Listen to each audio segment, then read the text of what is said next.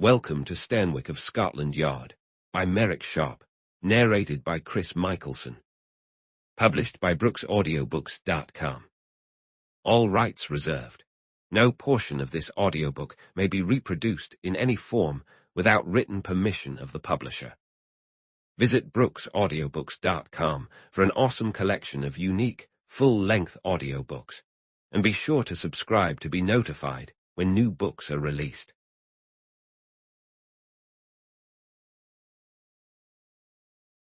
Chapter 1. Inspector Markus Stanwick of the Criminal Investigation Department at New Scotland Yard sat in his office on Victoria Embankment, busily writing. His desk was cluttered with sheets of memorandum paper filled with his neat, precise handwriting. He seemed so engrossed in his work that anyone watching might assume he had traded crime-solving for a career in journalism. However, his task at hand was rather mundane, summarizing the life of an ordinary burglar. Little did he know, fate was already at his door, heavy with the weight of life and death, waiting to intervene. The prosaic trigger was just a ring on his telephone. As he lifted the receiver, he had no idea that this simple action would launch him into a chilling and wicked drama, the most sinister case he had ever encountered. "Is this Inspector Stanwick?" he heard. "This is Duckhorn from Lincoln's Inn." Mr. Duckhorn was a well-respected criminal lawyer with a sizable practice, known for his presence in the courts. He and Stanwick were on friendly terms, having crossed paths in many trials involving unsavory characters. "Yes, Mr. Duckhorn, this is Stanwick." "I have a young lady here," Duckhorn continued, "who just shared a story that should pique your interest. She's found herself ensnared by a scoundrel who clearly has ulterior motives. I'm not sure what he's after, but it smells suspiciously like a calculated scheme for theft. I thought you might want to set a trap to catch him in the act." "I'd be more than happy to," Stanwick replied swiftly. "Should I come to your office?" "No, that's not necessary. I'll send her over to the yard. Her name is Thurza Smithson. She'll arrive in about half an hour." "Excellent. I'll be ready for her as soon as she arrives. Thank you for the tip." Despite his friendly demeanor, Stanwick was not overly impressed by the message. Tips regarding potential clues to crimes were a dime a dozen at the yard. As a matter of principle, every lead was investigated, but hardly one in 100 produced results. So, when Miss Smithson was announced about a half-hour later, Stanwick greeted her politely, though without much enthusiasm. She was a pretty blonde, around 25, with a pleasant demeanor and a certain presence. Dressed simply in a light, summery fabric, she looked like what she clearly was, an ordinary, charming, healthy young woman from the lower middle class. Stanwick guessed she was a typist, a shop girl, or perhaps a bookkeeper at a small firm. Yet there was one thing that stood out. She was visibly nervous. Fear flickered in her eyes, tiny beads of sweat darted her forehead, and her hand trembled as she clutched her small purse.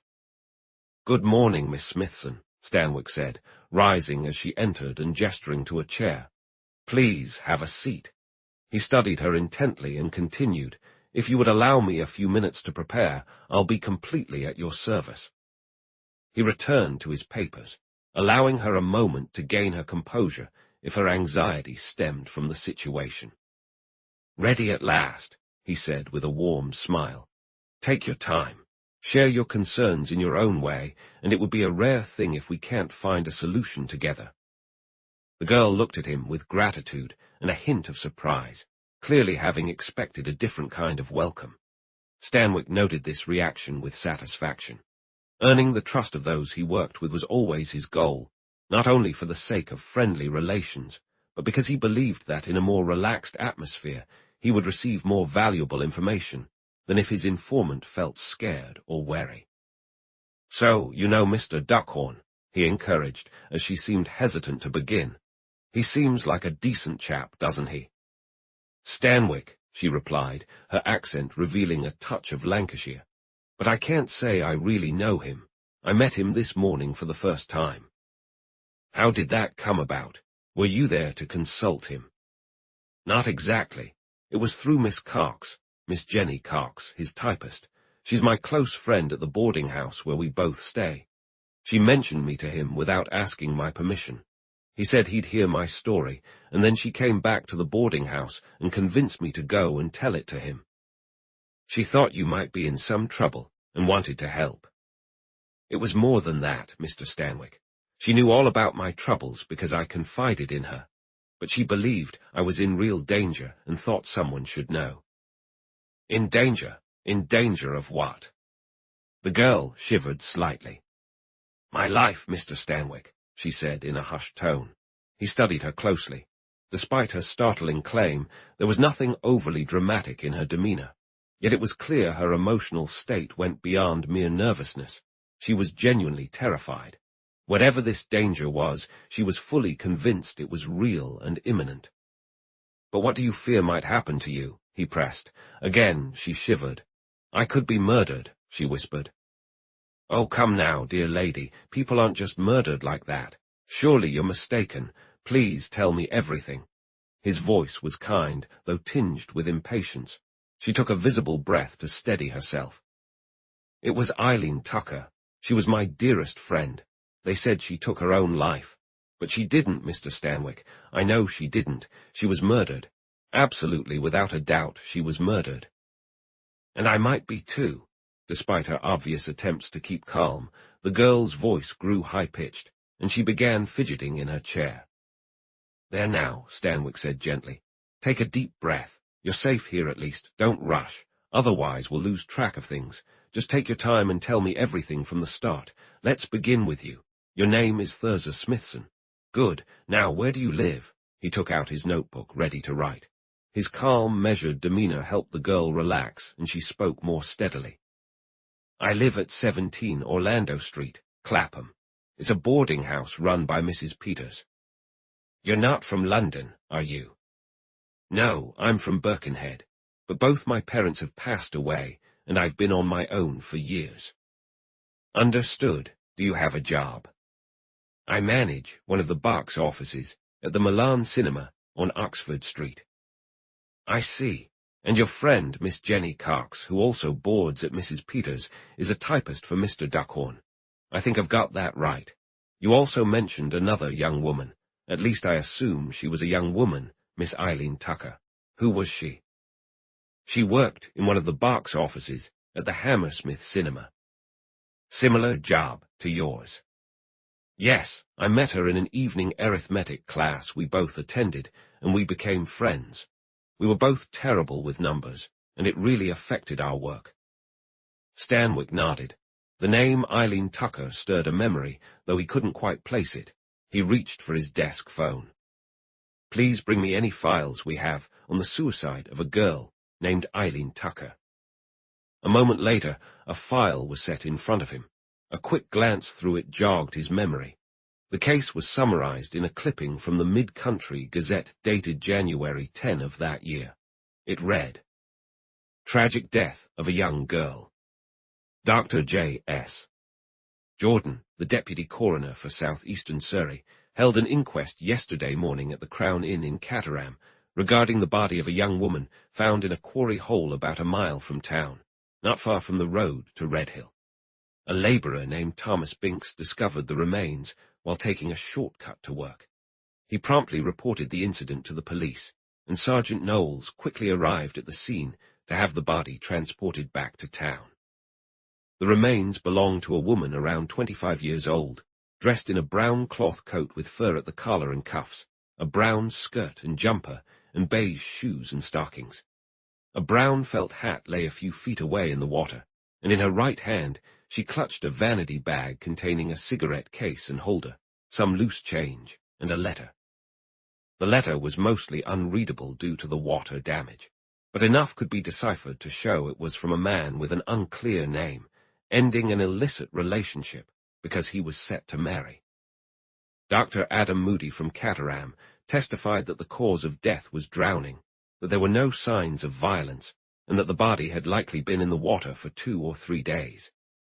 Initially, the deceased woman's identity was a mystery, but Sergeant Knowles applied his usual expertise and ultimately determined she was Miss Eileen Tucker, an employee in the box office of the Hammersmith Cinema in London.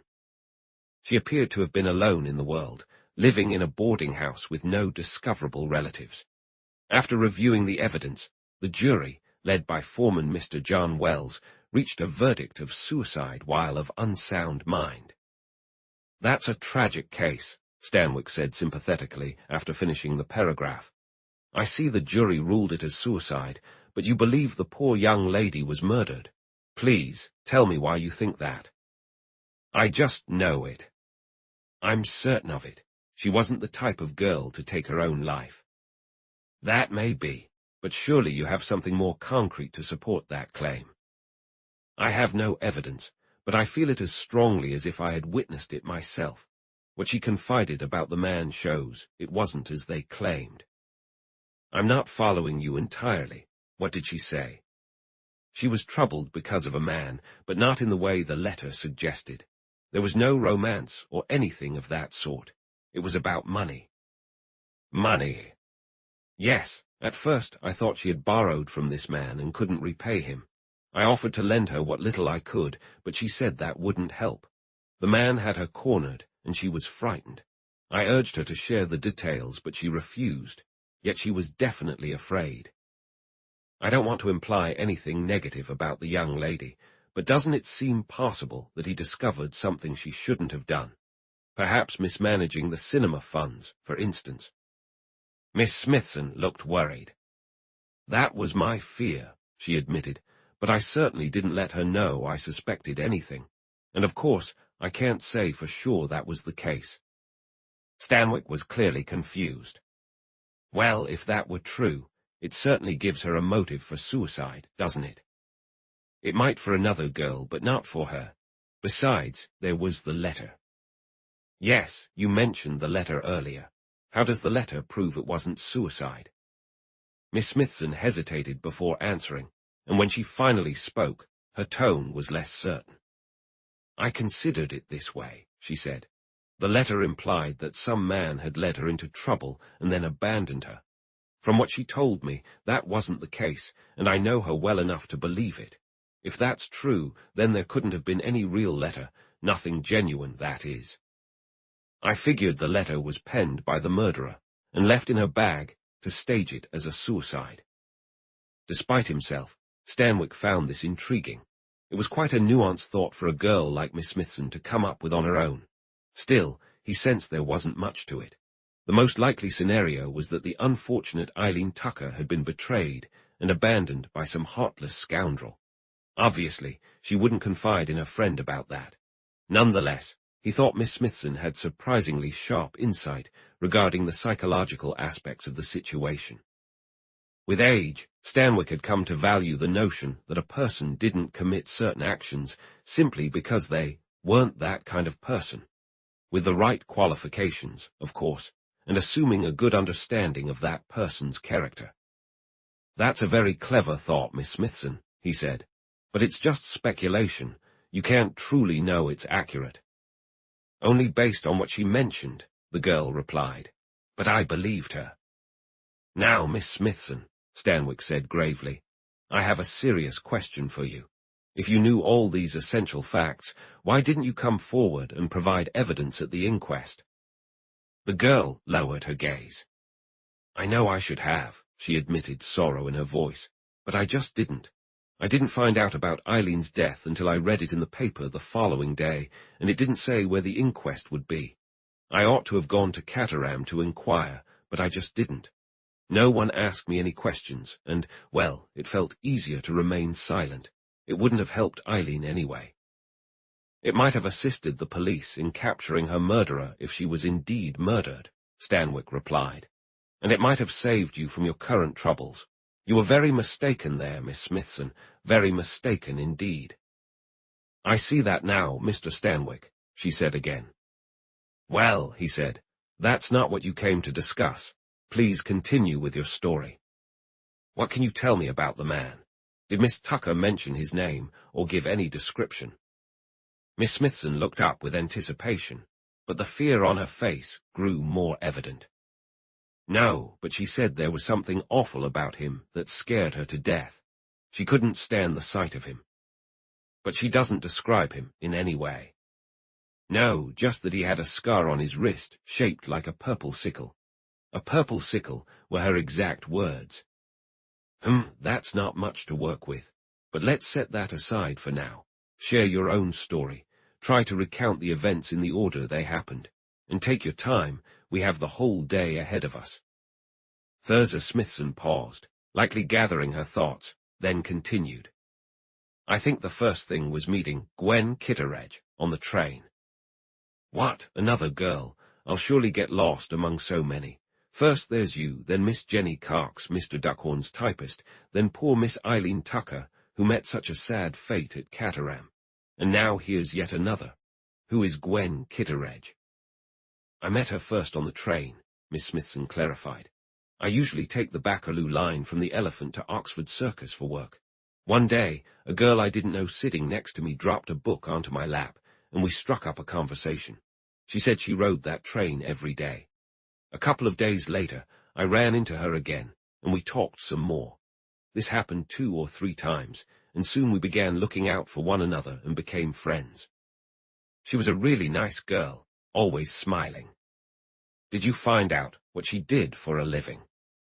Yes, she said she worked as a barmaid at the Bijou Theatre on Coventry Street. Can you describe her as well as you can?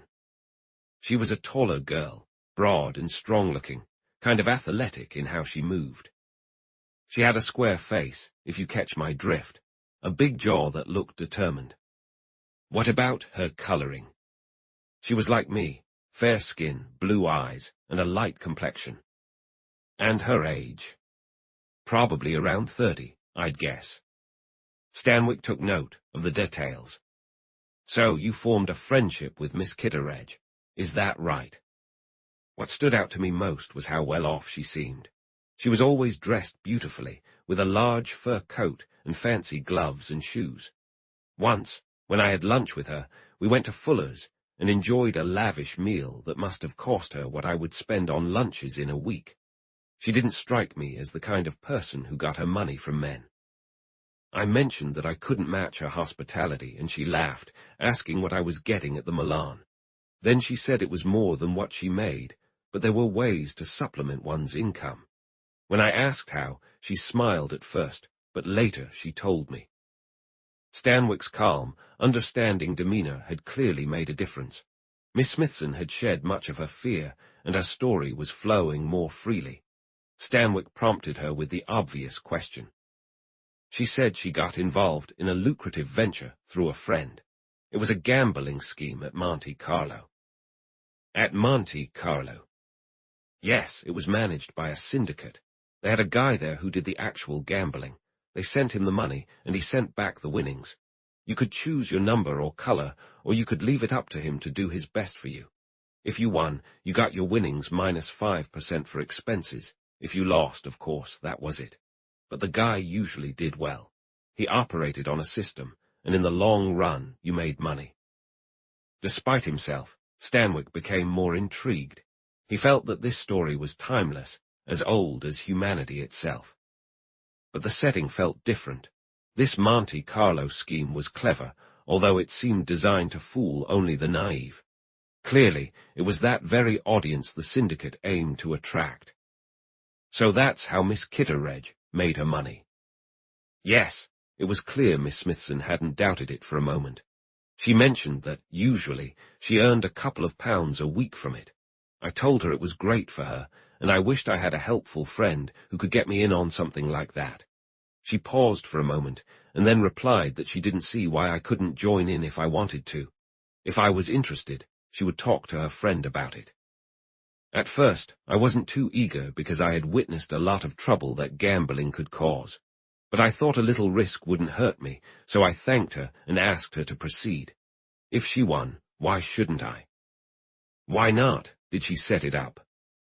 Yes, I didn't see her for 3 or 4 days. Then I ran into her on the train. She said she had arranged it for me, and if I came in early the next morning, she'd introduce me to the person who handled the bets. We usually started our shifts around 1 o'clock, you see, Mr. Stanwick, so we had plenty of time in the morning. Of course. I assume you both worked until the places closed for the night. Exactly. We finished around 11 or a little after. So the next morning I met her at 11, and we went to see the bookmaker, Mr. Westinghouse. Gwen had told me his office was quite a distance away, and that he would meet us in the Embankment Gardens at Charing Cross. And he did. Before you continue, can you describe Mr. Westinghouse for me? I can tell you exactly what he was like, the girl replied. You know those large American businessmen you see in movies? Clean-shaven with strong, squared jaws and an air of determination, he certainly looked the part. I know exactly what you mean. So, Miss Smithson, you had a chance to meet Mr. Westinghouse. Yes, Gwen introduced us. He asked for my name and showered me with questions about myself while jotting down my answers in a notebook. He then told me he would represent me, but I had to promise not to discuss the matter since they wanted it to remain discreet. I agreed, and he took my stake. It was only 5 shillings, but he handled it as if it were a fortune. He asked if I wanted to pick my number, but I decided to leave it to the man on the ground. And what happened next? Mr. Westinghouse explained that he couldn't tell me the outcome until the end of the week because of the time it took for communications to travel back and forth. Plus, the man didn't always participate. He only played when he had a strong feeling he would win. Mr. Westinghouse called it a sort of intuition. So I met him a week later, and he said I had done quite well for my first try. I had won 3 times my stake. He handed me 19 shillings, the 15 shillings I won, plus my 5 shillings back, minus 5%. I was thrilled and decided to place 10 shillings on the next round while keeping 9 for myself. That time, I doubled my 10 and won another 19 shillings.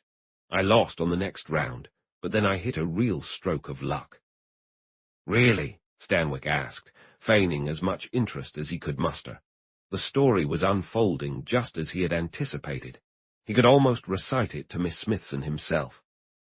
That 4th time, the girl continued, Mr. Westinghouse was clearly excited. He told me I had achieved something remarkable, something that had only happened once before since they started. I had won the maximum, which meant 35 times my bet. I had put in 10 shillings, and he gave me £16, 12 shillings and 6 pence.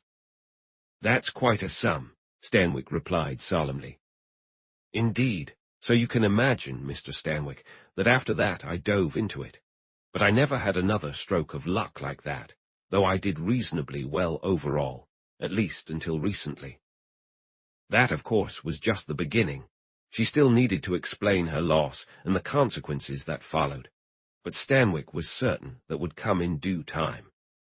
About a month ago, the girl continued, Gwen told me she was leaving town. She had landed a better job at the Waldorf Theatre in Birmingham. I kept gambling, though. But after she left, it felt like my luck vanished. I started losing until, eventually, I had lost everything I'd won, along with all my small savings. And what did Mr. Westinghouse say about that? I told him what had happened, and that I could no longer continue betting. He seemed upset about it, and said if he'd known that would happen, he never would have taken me on. Then he remarked it was a real shame I couldn't keep going a bit longer. Luck at the tables comes in phases, and they were in the midst of a particularly rough one. Others were losing too, not just me.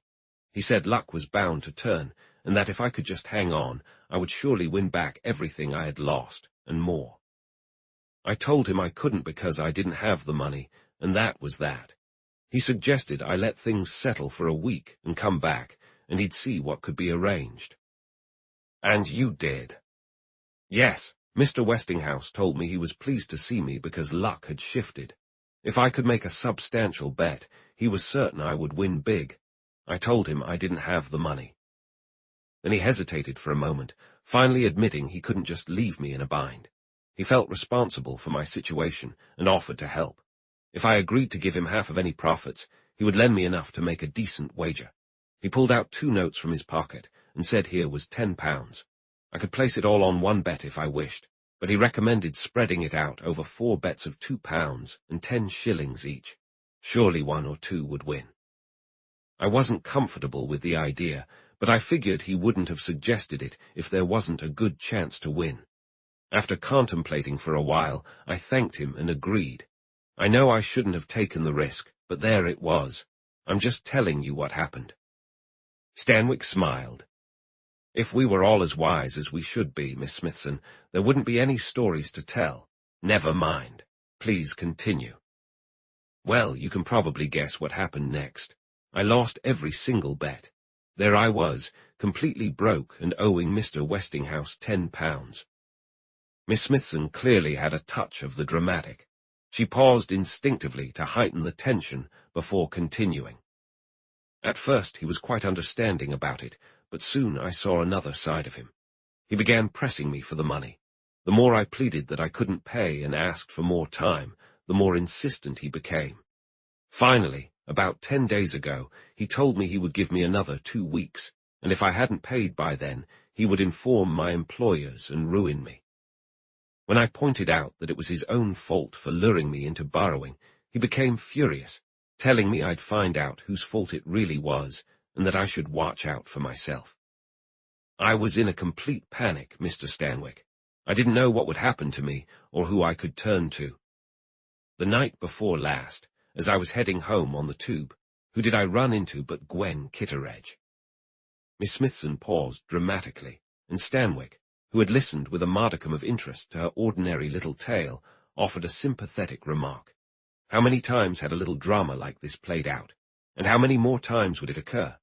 Gambling had likely been a tool to ensnare the naive since before history began. The one aspect of the story still unclear was where this foolish girl had gotten her money, the source from which Westinghouse expected his payment. That detail would likely emerge soon enough. Stanwick couldn't quite convince himself that it involved something as blatant as stealing from the cinema, till the only conclusion that seemed logical given the unfolding story. Gwen looked genuinely pleased to see me. She mentioned that her mother had been ill and that she had taken a couple of days off from Birmingham. She invited me to grab coffee with her the next morning at Lyon Corner House so we could catch up. I believe I told you I began work around 1 o'clock, so just before noon the next day I met her at Lyon. The moment I arrived, she exclaimed at my appearance. "What on earth's wrong with you?" she asked. "You look troubled." I wasn't keen on discussing my issues, but she was insistent. When she heard what had happened, her face turned to anger. "That old scoundrel!" she exclaimed. "I thought he was a decent man." She became quite animated, urging me to tell Westinghouse where to go and dare him to try his worst. "He can't do you any harm," she said. "All you have to do is deny the accusations and claim he's been harassing you. Nothing he could produce would prove otherwise." But I knew that talking to the cinema manager about it would cost me my job, and it surely would, Mr. Stanwick. "I can believe that," Stanwick replied. Well, I wasn't going to bring it up anyway, and when she saw that I wasn't, she dropped the subject. Then she mentioned that she felt a bit responsible for me, since it was through her that I got the job in the first place. She said she would try to help me out. There was a cousin of hers, a decent fellow, who might be able to assist me. He had helped her when she was in a similar situation before. She assured me she would stake her reputation on the fact that he was trustworthy, and if I wanted, she could introduce us. I won't take up much of your time with the details of our conversation. In the end, I agreed to meet Mr. Style, as her cousin was called. Gwen arranged for us to meet. I was to be at St. Pancras when his train arrived from Luton, where he lived, and he would talk to me on the platform. When I got there, he spotted me right away. "Can you describe Mr. Style for me?" The girl shivered, as if recalling an unpleasant memory. "I can do that easily," she said, her expression turning grim. "I'll remember exactly what he looked like for the rest of my life. He was tall and thin, with a sallow complexion and a small, fair mustache. But it was his eyes that really stood out. He had these strange, piercing eyes that seemed to see right through you. They made me feel quite unsettled, almost eerie, if you understand what I mean." Stanwick nodded, prompting her to continue. "He told me that his cousin, Miss Kitteredge, had informed him about my situation and that he thought he could help. He mentioned he had a job that he believed I could handle, and it would pay well. The task was straightforward in terms of actual work, but it required a young woman of good looks, poise, and a bit of cunning to pull off. It was also highly confidential. The lady needed to be beyond any suspicion regarding her character and judgment. Those were his exact words, as far as I recollect. Stanwick nodded again. I told him I already had a job that I didn't want to abandon, but he insisted I could handle both since they wouldn't interfere with each other. He assured me it was completely easy and utterly safe, yet he acknowledged that some traditional folks might not approve of it. He was relieved to hear that I had no such hang-ups. As you can imagine, Mr. Stanwick, I was far from pleased with this proposition, and I asked him rather sharply what he meant by it. Then he said something that shook me to my core and made me wish I had never crossed paths with him. I barely want to repeat it. "I'm afraid you must." He asked me what I thought of a young lady who gambled with borrowed money that she couldn't pay back if she lost. Then, with that dreadful smile of his, he added that someone with the potential to steal wouldn't be restrained by outdated notions of morality. That's quite direct. The girl made a feeble gesture of despair. "You might say I should have just gotten up and left," she continued, "but I couldn't. Somehow, I felt as if I had no strength to do anything, but I was deeply shaken. I hadn't fully grasped that what I had done was so serious, and I felt a chill when I realized it.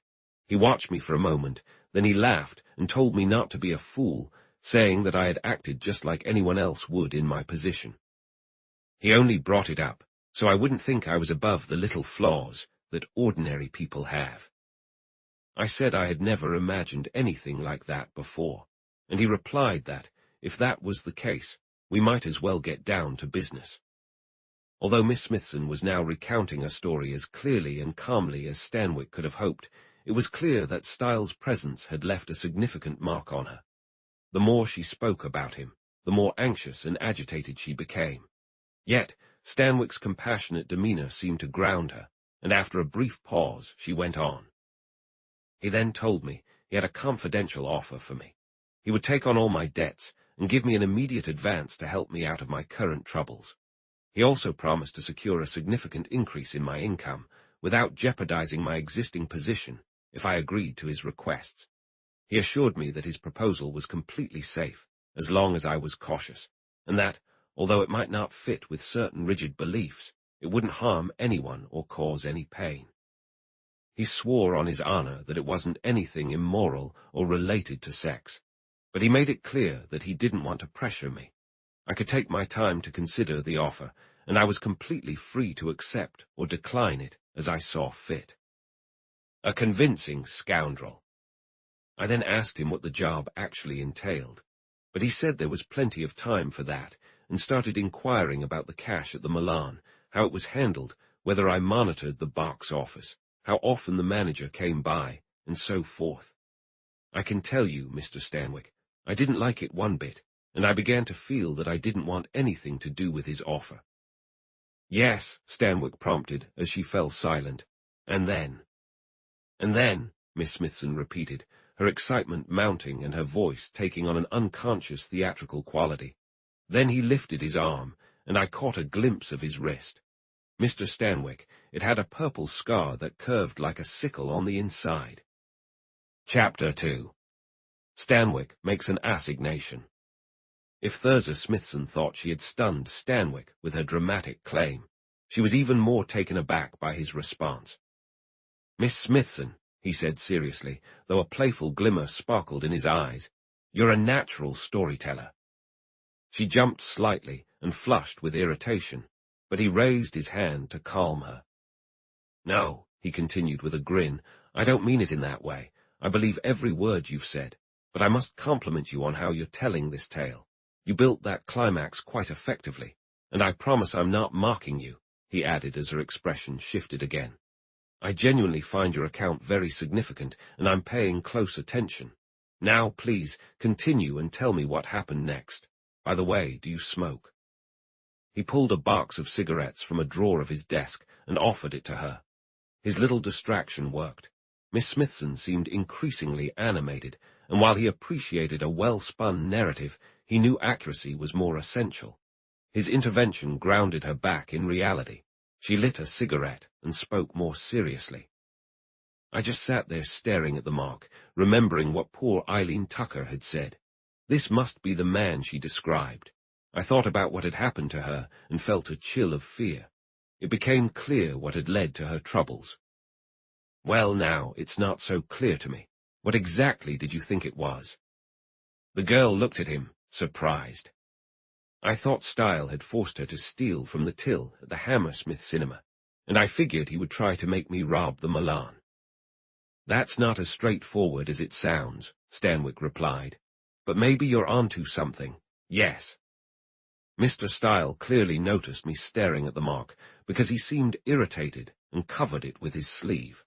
I felt I had been impolite, so I turned my gaze away. But his demeanor changed after that. Do you think he knew you were acquainted with Eileen Tucker? He asked me directly. It was after we had chatted for a while. Just as I was about to leave, he said, "By the way, about a year ago I met a young lady in your field, a Miss Eileen Tucker. She was quite a nice girl, too. I take it you've never come across her." And what was your response? At first, I planned to say yes, but then something made me think it was better to keep quiet. So I replied no, claiming the name didn't ring a bell. Do you believe he took you at your word? Did you hesitate at all before answering? I don't think I hesitated, not really. He seemed to accept my answer. This was troubling, Stanwick thought. If this somewhat convoluted account was accurate, it painted a rather grim picture. Indeed, Thurza Smithson's concern for her safety might not be unfounded after all. If this Style had killed Eileen Tucker, Thurza's obvious recognition of the scar would unsettle him. He would realize she must have heard about it from Eileen herself, and the fact that she had denied knowing the deceased girl would suggest to him that she suspected him. For the first time, Stanwick began to ponder the seriousness of the situation. Before Style asked if you knew Miss Tucker, you mentioned you had spoken for some time, he continued. What did you discuss? Not much, Mr. Stanwick. I didn't like his questions about the financial arrangements at the Milan, and he noticed my discomfort. He insisted he wanted an answer from me, as if he could easily find others willing to take the job if I declined. He pointed out that I might not appreciate the fact that it was something I couldn't share with my friends, but that was part of the compensation. The actual work was nothing. He didn't hide the fact that it was illegal. Miss Smithson looked taken aback. I never even considered that, she replied. I feared it wouldn't be completely above board, but that was as far as my thoughts went. Well, what did you say to him? I told him I wasn't comfortable with it. He said that was just fine, and that he respected people who spoke their minds. Then he stood up to leave. But you didn't let him walk away. No, I didn't, Miss Smithson confessed. While we were talking, I had nearly forgotten about my debt to Mr. Westinghouse. But as I watched him turn to leave, the memory hit me like a heavy fog. I thought to myself, if I go along with what Mr. Style wants, I might be doomed, but if I don't, I'll definitely be doomed. It felt like the lesser of two evils, so I called him back, intending to agree. And did you end up agreeing? No, when it came down to it, I just couldn't do it. I asked for a day or two to think things over. He agreed and asked me to meet him at noon on Friday, that's tomorrow, in the small room to the left of the Turner Room in the National Gallery. I could give him my answer then. Well, Stanwick said, one thing is clear. You've made a smart choice by coming here to share your story, and I must say you've conveyed it incredibly well. Please continue. That's mostly it. I was in complete anguish all that day. In the evening, my friend at the boarding house, Jenny Cox, noticed something was bothering me and kept pressing until I finally told her everything. She suggested that I should seek Mr. Duckhorn's advice, but I firmly said I wouldn't do that. That was all last night. This morning, around 10:30, she returned to the boarding house and informed me that, despite my objections, she had told Mr. Duckhorn the whole story. At first, I was really angry with her, but then I realized that Mr. Duckhorn could help me out. So I went to his office with Jenny and told him everything, just as I'm telling you now. Stanwick nodded. He paused for a moment, and then leaning forward, he spoke with conviction. Now, Miss Smithson, you don't need to worry about yourself. We'll take care of everything, but you have to do exactly what I say." "You can trust me, Mr. Stanwick," the girl replied earnestly. "Good. Tomorrow you need to go to the National Gallery, just as Style requested. Tell him you've thought about what he said, and that you're willing to do what he asked, provided he agrees to give you the money he promised. Don't waver on the moral aspect, but be firm about the payment. Do you see what I'm aiming for? I want him to think he's got you in a corner. Finally, agree to his terms, and say you're ready to start immediately." Miss Smithson looked a bit frightened, as she nodded in agreement. "Remember, you have nothing to fear. In fact, one of our men will be watching you at the National Gallery, so you'll be perfectly safe. But don't go off anywhere with Style, Westinghouse, or Miss Kitteredge. Just follow my instructions, and I'll take care of everything else. Now I'll say goodbye, and once again I commend you for having the sense to come to me with your story." Stanwick was beginning to believe that he was onto something significant. It was worth investigating, at the very least, and he decided not only to follow up on Miss Smithson's situation, but also to look into the death of Eileen Tucker. He could start his inquiries right away. Picking up his telephone, he placed a call. "Is this the Bijou Theatre on Coventry Street? This is Scotland Yard calling. I'm trying to trace the movements of a young lady named Gwen Kitteredge. She says she was a barmaid with you until about a month ago. Can you provide any details about her?" "That must be a mistake," came the response. "We've never had anyone by that name here." "She might have worked under a different name," Stanwick continued. "She was tall and well-built, had fair hair, blue eyes, and a strong chin. Always dressed nicely, fur coat and all." "No, we didn't have anyone who fits that description. Besides, no barmaid left here about a month ago." Stanwick next directed his inquiry to the Waldorf Theatre in Birmingham, but there was no recognition of the name there either, nor had a new barmaid been hired in the last 4 months. It was the response he had anticipated. Methodically, he shifted to the next logical step. He sent the descriptions of the 3 suspects to the record department, inquiring if they had any information on them. Yet again, he received no leads. The gang was unknown to the police, and none of the 3 appeared to have a criminal record. It seemed there was nothing more he could do until the following day. Thus, he set the matter aside and returned to his regular duties. Around 11:30 the next morning, after a meeting with his superior, Chief Inspector Mitchell, Stanwick left the yard and headed toward Trafalgar Square. As he walked, his mind was occupied with a horrific and perplexing murder that had occurred the night before near Skipton. He considered the possibility that the yard might be called for assistance, and he wondered if the case would be assigned to him. To his knowledge, none of the other officers were available, while he, aside from this minor issue he was currently handling, found himself with some free time. He hoped to be given the case. He enjoyed the countryside, especially in the summer, and was becoming accustomed to working outside his usual jurisdiction. His last 2 major cases, one at Starville in Yorkshire and the other in Devonshire during the Dartmoor incident, had been wrapped up without any assistance from his team back at headquarters, and he found it surprisingly easy to manage alone. The Starville Hollow tragedy, published in 1927, featured Inspector Stanwick solving a gruesome crime that had been reduced to a mere pile of ashes. He arrived at the National Gallery and headed straight for the Turner Room, where he immersed himself in the breathtaking exhibits displayed there. Though he didn't know much about art, he had always enjoyed looking at pictures, and of all the artists he admired, Turner captivated him the most. The fact that Miss Smithson's interview was set to happen in the next room didn't stop him from making the most of his time before she and her questionable associate showed up. He walked around, observing one painting after another, continually returning to The Fighting Temeraire, a piece that brought him endless joy. Throughout his exploration, he kept one eye on the door, determined that once Mr. Style appeared, he would keep him in view until he reached his office, home, or some other location from which he could easily be followed if needed. Time flew by in such pleasant surroundings, and soon it was 12 o'clock, the appointed hour for the interview, but neither of the key players had arrived. As the minutes ticked away, Stanwick's unease began to grow. Had he already mishandled the situation? He had chosen a room situated away from the interview in hopes that Style wouldn't catch sight of him, allowing him to follow discreetly. Now he started to worry that Style might have encountered the girl at the door and decided to move the meeting elsewhere. If that were the case, he would have to catch them as they were leaving the building. So he casually strolled to the entrance, taking up a subtle position to watch the people as they exited.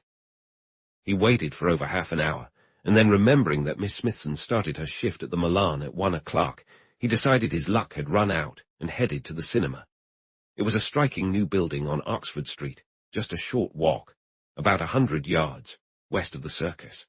Palatial barely captured the essence of the place, as it was designed with far more extravagance and intricate detail than most of the grandest palaces in the world. Stanwick entered a vast hall adorned with marble and gold, where a row of box offices greeted him, and from which enormous bronze doors opened into the auditorium. Only 2 of the 6 ticket counters were open. Stanwick peered into each, but found no sign of his friend. After speaking with an employee, he learned that even though she was scheduled to work, she hadn't arrived yet. So he settled in to wait. The minutes dragged on. 1:30 passed, then 1:45, and finally 2 o'clock, but still she did not show. At 2 o'clock, Stanwick's patience began to wear thin. He approached the manager, but learned nothing new. Miss Smithson had no leave of absence, and she hadn't sent any apology. She was a dependable girl who had never missed a shift before. The manager didn't have any explanations to offer. "I would appreciate it if you could inform me at the Yard when she arrives," Stanwick said as he took his leave, now feeling a deep unease. Worries of the worst filled his mind as he hurried to the boarding house on Orlando Street in Clapham. In just a few minutes, he found himself sitting with Mrs. Peters, the landlady, and soon learned what had happened. The night before, around 11:30, an employee from the Milan had called. He explained that Miss Smithson had asked him to say her sister had unexpectedly dropped by from Manchester, and that she would be spending the night with her at the hotel. As a matter of procedure, Stanwick dialed the Milan himself, but the response was exactly what he had anticipated. Miss Smithson left at her usual time without a word to anyone. Stanwick found himself faced with the painful reality that there was no doubt the gang had taken her. The thought of her disappearance troubled him deeply. It felt like a personal betrayal. He had been called upon for help, he'd promised that help, yet he had failed to deliver. "They've overpowered her," he thought. That scoundrel Style knew she suspected him of Eileen Tucker's murder and must have followed her to the Yard. He's probably told his cronies that she's a liability, and they've silenced her, or I'm a fool. As was his custom, he quickly added a description of Miss Smithson to the papers forming the beginning of the case file. In a matter of moments, he contacted the Yard to order an urgent alert for 4 wanted individuals. Those listed as Thurza Smithson, Gwen Kitteredge, Westinghouse, and Style filed in the top left drawer of his desk. He then returned, and with the landlady's permission, searched the missing girl's bedroom in detail. Aside from a photograph of her, he found nothing of use. On his way back to the Yard, he stopped by Mr. Duckhorn's place and questioned Miss Cox, Miss Smithson's friend from the boarding house, but once again he learned nothing. A visit to the telephone headquarters in hopes of tracing the mysterious call also yielded no results. By the time he finished these inquiries, it was nearing 8 o'clock. With each passing hour, his despair deepened, but there was nothing more he could do that night. By now, the description would be circulating among the police within at least 50 miles of London, and the lack of any updates only reinforced his darkest fears. He was just about to leave the Yard when the phone in his room rang. "Call from Portsmouth about the Thurza Smithson case," said the officer in the Yard's private exchange. "Will you take it, Mr. Stanwick?" "Sure," replied Stanwick, a surge of excitement running through him. "Scotland Yard, Inspector Stanwick speaking." "Portsmouth Police Station. Sergeant Golightly here. In response to the inquiry about the whereabouts of a young lady named Thurza Smithson, we may have some information." "Go ahead, Sergeant." "This morning around 9:30, we received a report that a girl's body was found floating in the sea at Stokes Bay, about 3 miles east of Portsmouth. A group of yachtsmen heading out for a day on the water spotted it about a mile from the shore. They brought the body in, and we had it examined. The cause of death was drowning. So far, we haven't been able to identify her or determine how she ended up in the water. It looks like suicide. We had already issued a notice when we received your inquiry. The remains fit your description. How long has the girl been in the water? The doctor estimated 6 or 7 hours. Has the inquest been scheduled? It's set for 10 tomorrow morning. Got it, Sergeant. I'll head down tonight if I can. Let me check the train times. There's an 8 and a 9:50 from Waterloo, sir. Stanwick glanced at his watch. I'll take the 8. Can you meet me there? Of course, sir. The station clock showed 10 minutes to 10 when Stanwick, carrying his emergency suitcase, stepped off the train in Portsmouth. A sharp-looking sergeant of police was waiting on the platform, and Stanwick introduced himself.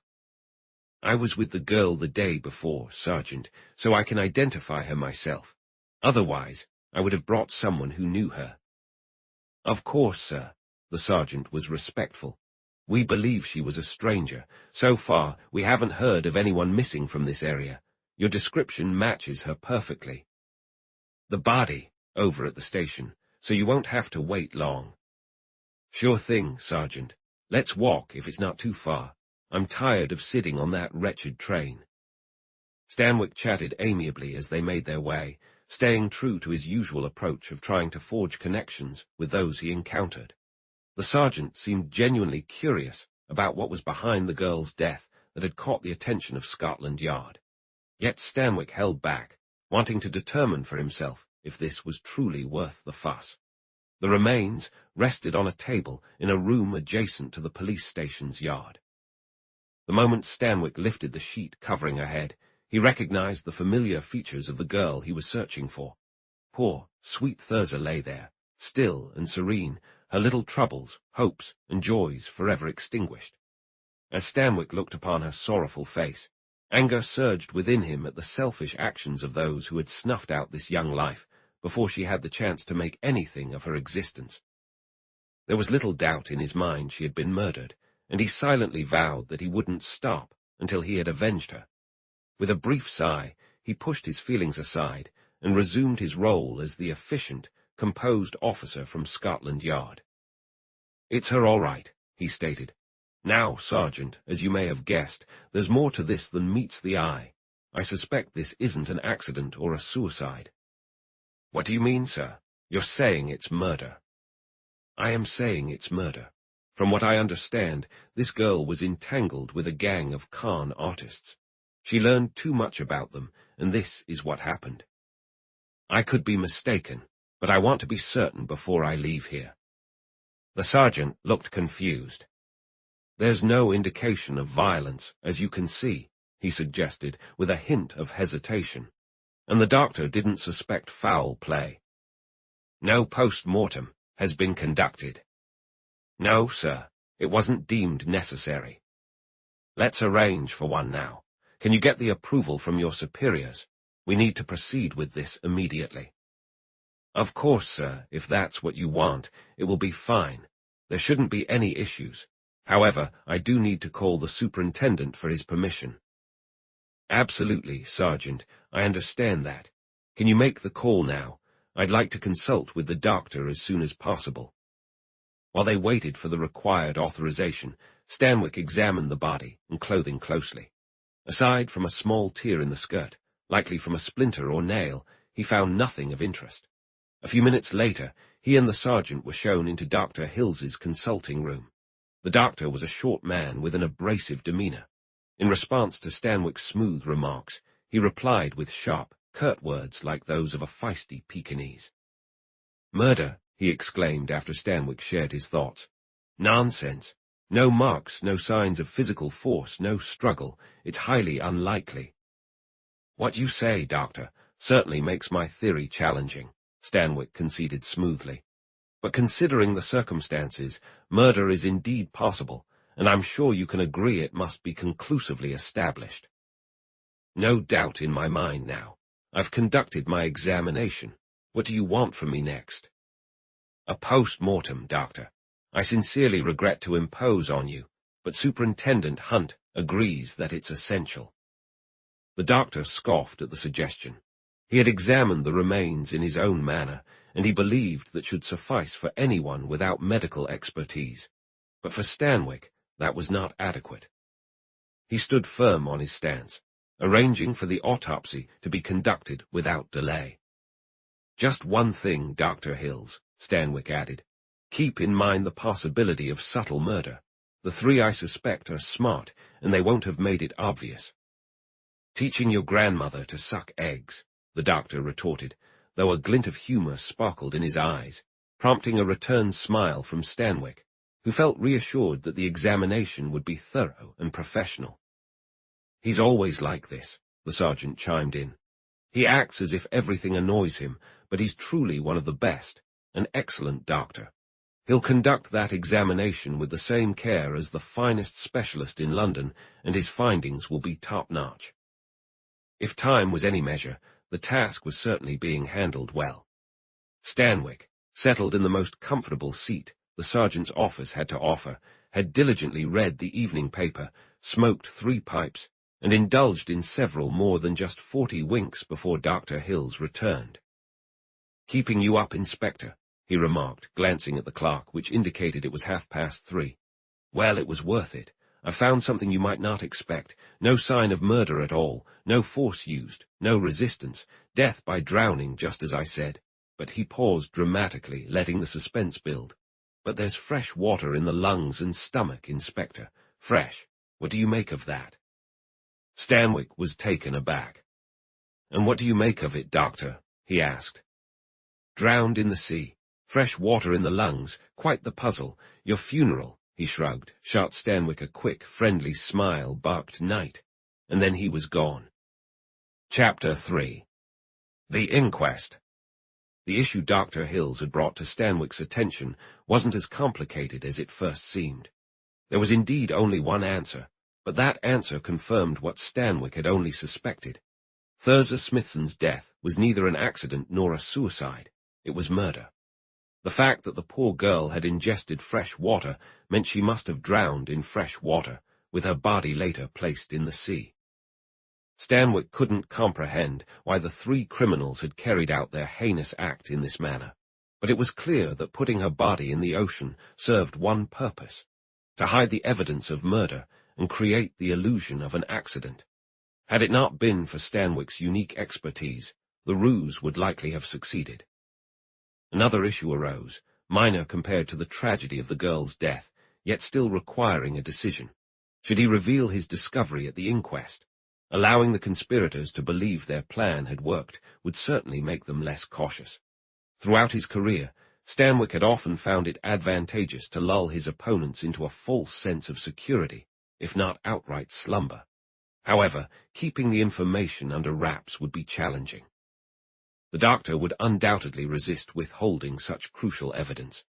This would mean having to confide in the coroner and adjourning the inquiry on some technicality, since the coroner would not permit a verdict that contradicted the facts. Yet, an adjournment wouldn't achieve the effect Stanwick wanted.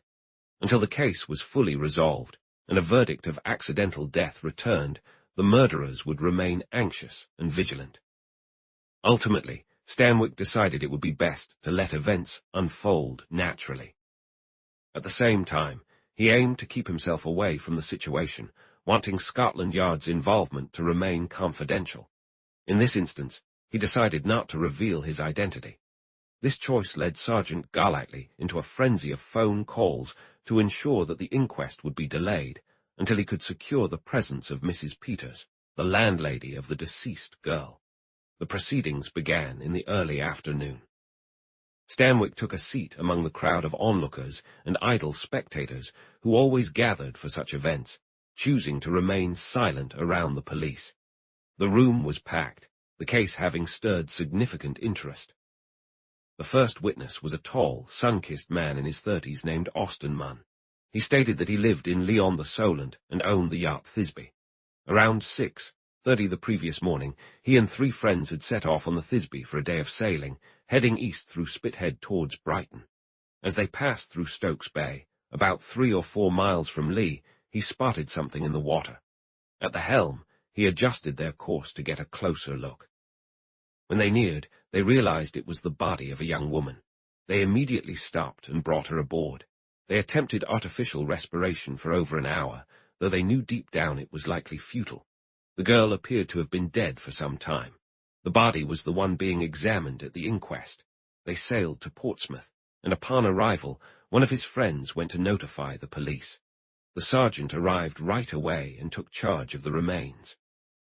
Sergeant Golightly noted that around 8:30 the previous morning, Mr. Lewis Pershaw, a member of Mr. Munn's sailing party, reported that they had found the body of a young woman while setting out for their cruise. Golightly then went to the location and assumed responsibility for the remains. The deceased was dressed in a light tan coat and skirt, paired with a white silk blouse, skin-toned stockings, and shiny black shoes. She had no hat. On her left wrist was a watch that had stopped at 7 minutes past 1. She wore a necklace and earrings made of imitation pearls. Her face looked calm and peaceful. Through his investigations, he learned that the deceased was Miss Thurza Smithson, who worked at the Milan Cinema on Oxford Street in London. She lived in a boarding house in Clapham, where the landlady was present to confirm her identity. However, he had been unable to determine how the body had ended up in the location where it was found. Mrs. Peters was then called to the stand. She confirmed that the remains were those of her former lodger, Thurza Smithson. The girl had lived with her for nearly a year. She was quiet and well-behaved, always paid her rent on time, and was well-liked by the other residents. Mrs. Peters had grown quite fond of her, and the tragedy had come as a terrible shock. Further questioning revealed that the witness believed her boarder had recently been dealing with serious troubles.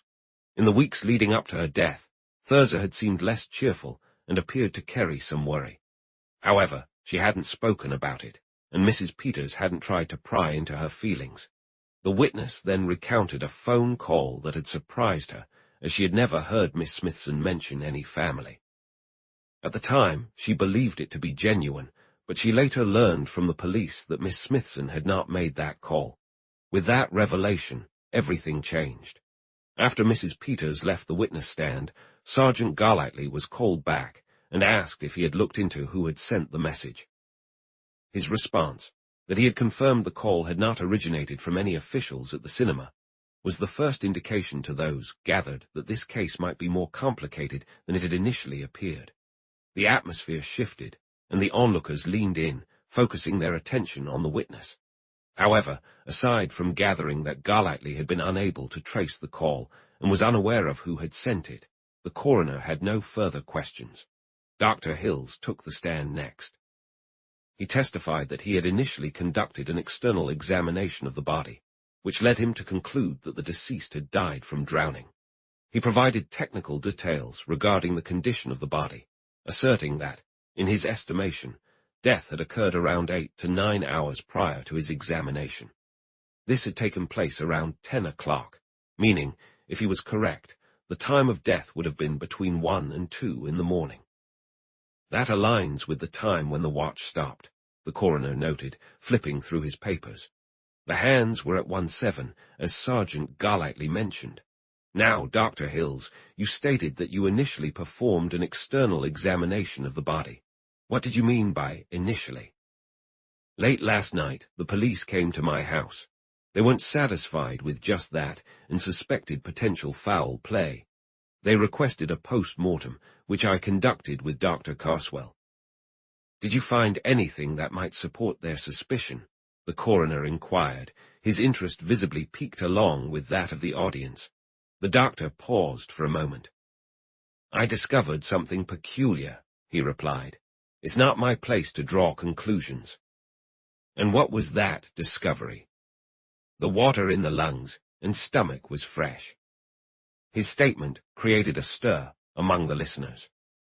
The expressions of those gathered shifted to confusion, though a few quickly seemed to understand the weight of what was being discussed. And what, the coroner continued smoothly, does this imply to you? Dr. Hills shrugged. The girl was drowned, he replied, but not in the sea. She couldn't have thrown herself into the ocean. Someone must have placed her body there.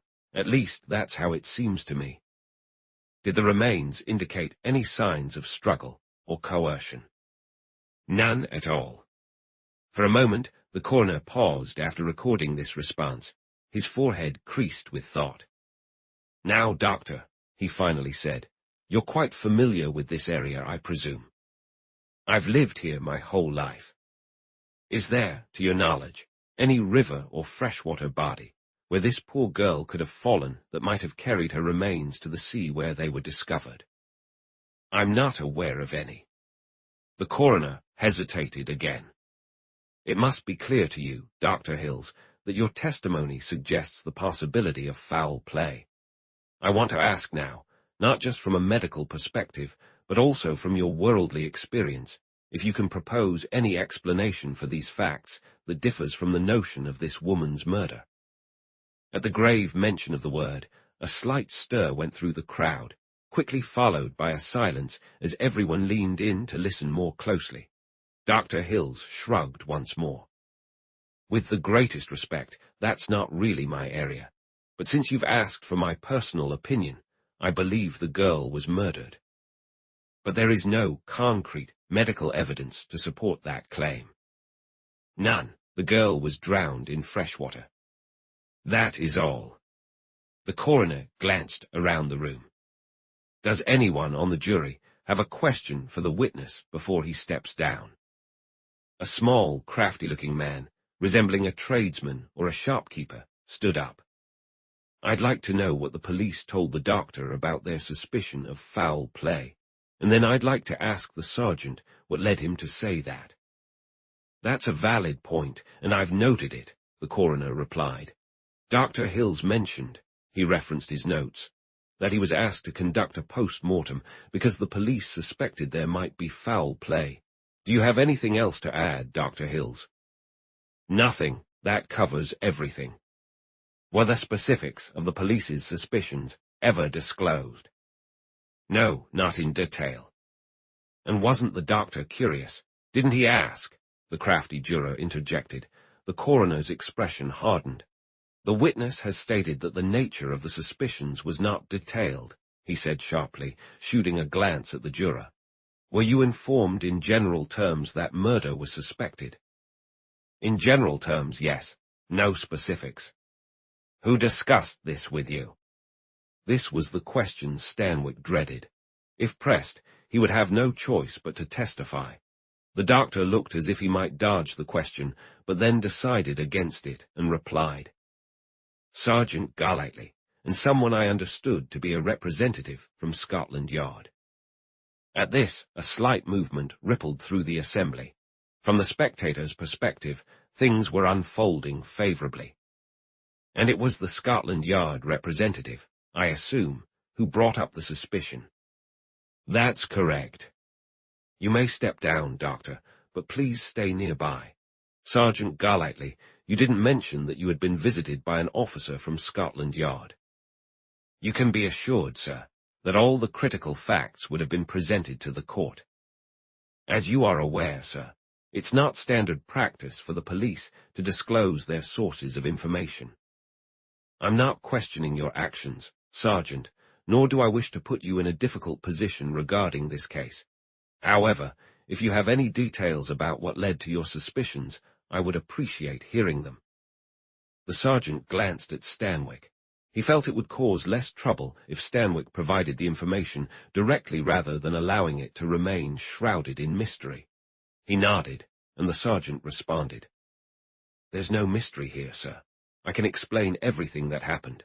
I must admit, when we discovered the body, I initially thought it was either an accident or suicide, and I had no reason to suspect foul play. However, that afternoon we received a general call from Scotland Yard, which I understand was sent to all stations. It reported that a young lady was missing, provided a description, and requested that we keep an eye out for her.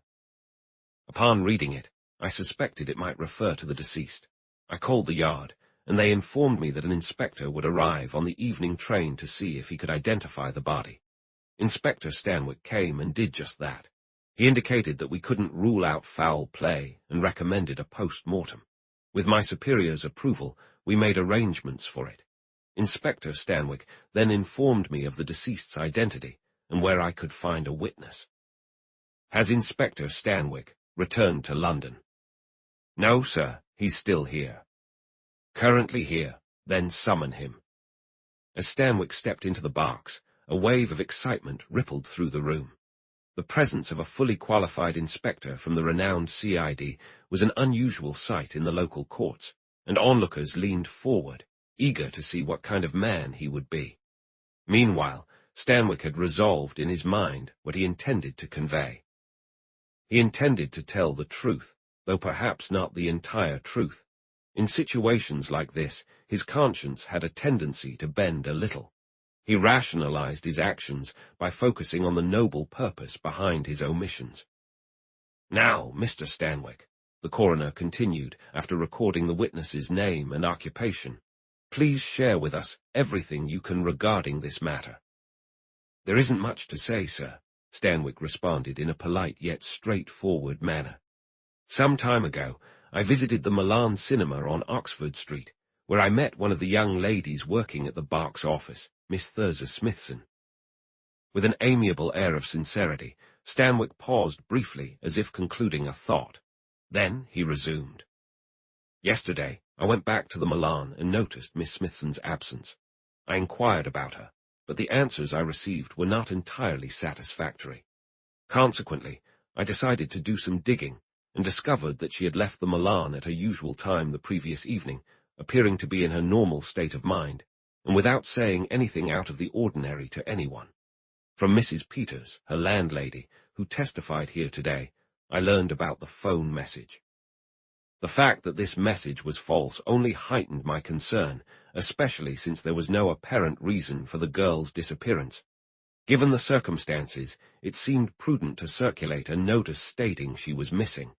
This was done, and as you've heard, there was a response from here. I came down and discovered that the deceased was Miss Smithson. Do you have any idea how her body ended up in the sea? None, sir. What does the presence of fresh water in her lungs suggest to you, Inspector? Just what the doctor stated, sir, that she drowned in fresh water and that her body was later placed in the sea. Can you explain that in any way other than concluding the girl was murdered? That certainly seems the most likely explanation, though I believe there are other possibilities. For example, she could have drowned accidentally or taken her own life, and her body might have been discovered by someone who feared being accused of murder. In a moment of panic, that person may have tried to dispose of it in a manner they thought would keep them from suspicion. That seems rather unlikely. It may be, sir, but we must consider all possibilities. The coroner continued to ask questions, but didn't uncover anything further of interest. He then turned to the jury and gave a brief speech. After reviewing the evidence, he continued. The questions you need to consider now, gentlemen, are threefold. First, you must determine the cause of death, if you feel the evidence supports such a conclusion. In my opinion, there is no doubt. Dr. Hills has clearly indicated it was drowning. Second, you need to decide whether this drowning was an accident, a suicide, or murder. Here, the evidence is less direct. It has been established that the girl drowned in fresh water and that her body was subsequently placed in the sea.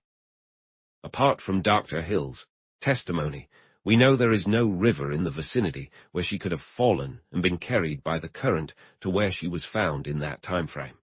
It's difficult to see what the purpose of this could be, except for concealing a crime. If you believe that the evidence leads to this conclusion, you will return a verdict of willful murder. However, if you find another explanation plausible, such as the clever theory proposed by Inspector Stanwick, you may decide on accidental death.